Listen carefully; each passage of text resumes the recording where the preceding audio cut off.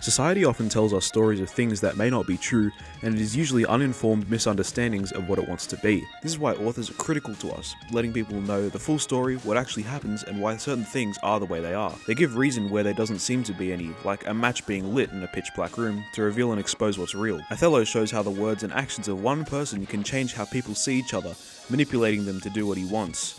Iago is the personification of society in this case, giving him the power to quite literally make stories up, changing what other characters perceive as the truth. This can also be seen in a different context in the film Megamind, where society shuns a child who only wants to help, not understanding him and instead labeling him as a villain. In Othello, Iago is the one who wants to change people's perception for his own personal benefit. He wants people to discriminate against Othello, to make him the butt of a joke, to ruin his life. This twisted fantasy gets fulfilled at the end of the play, where Othello and his wife end up dead and his reputation tarnished. Othello is shown to be too trusting, accepting Iago as a close friend, not knowing the truth is quite the opposite. He takes Iago's word as fact when he suggests his wife may be cheating on him. Iago manipulates and uses people to do what he wants, from befriending and convincing Othello about something untrue, to making Cassio seem as suspicious as possible to increase Othello's distrust. This shows how he is the one changing society's perception of Othello, shaping his life the way he wants it to be. Shakespeare tells us to read between the lines, to see the full story of how Iago changed Othello, how he wasn't the bad person Iago wanted people to believe. He tells us not to discriminate against people based on things we don't know the full story of, to look deeper towards the root cause of why people are the way they are. And most of the time, it's because of things that they can't control.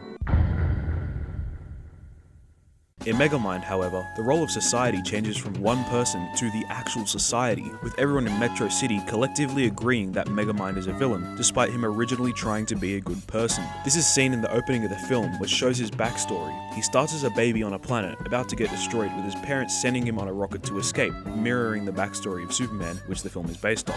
While the rocket flies through space, another one can also be seen, introducing the character of Metro Man, also as a baby. Metro Man symbolizes the person Megamind wants to be, helping people and being loved by everyone. The next part shows Metro Man flying into a good house with rich, loving parents, even fate picks its favorites, while Megamind flies into a prison and is raised by the inmates. This shows that Megamind did not choose where he got to grow up, and didn't get the love and care that Metro Man got as a child. Because of this, when he goes to school, he gets discriminated against by the other students. Megamind tries his hardest to gain the respect and acceptance from his peers, but instead, they don't look past the surface and treat him like a bad person, which eventually drives him to the point where the only way he can be happy is to become the villain society treats him as. It was.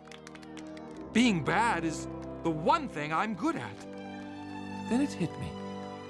If I was the bad boy, then I was going to be the baddest boy of them all. Both Othello and Megamind are the theme of discrimination, with each text protagonist being unfairly treated to the point of them becoming a villain. In Othello, this happens when Othello kills Desdemona on suspicion that she is cheating on him, and in Megamind, this happens when he gets bullied to the point where he snaps. In both, the characters get unfairly treated because people didn't know the whole story, just seeing the surface level and not reading between the lines. However, despite these similarities, Othello and Megamind are two very different characters, with Othello being very charismatic and enjoying the company of others, while Megamind is very insecure, trying to one-up himself at every chance. One of the main differences between the two is that while Othello ends up racked in guilt from his actions, killing himself, Megamind is able to redeem himself, walking in others' shoes, finding out how people really feel, and realizing his wrongdoings. He becomes the author of his own story, the one to tell us to not listen to society's stories, and that people aren't defined by what others think. Megamind may not be similar to Othello, but maybe that's because he isn't supposed to be. Maybe, just maybe, he's a bit more like Shakespeare, changing people's perceptions for the better. Speak, apparition. Othello and Megamind are two tragic heroes who were changed by people who didn't understand them. They became villains and in turn became the stereotype that society treated them as. They tell us a very important lesson, that sometimes society will tell us stories, and authors will tell us not to listen. Ever since I can remember, I've always had to be what the city wanted me to be. But what about what I wanted to do? Then it suddenly hit me. I do have a choice. I can be whatever I want to be.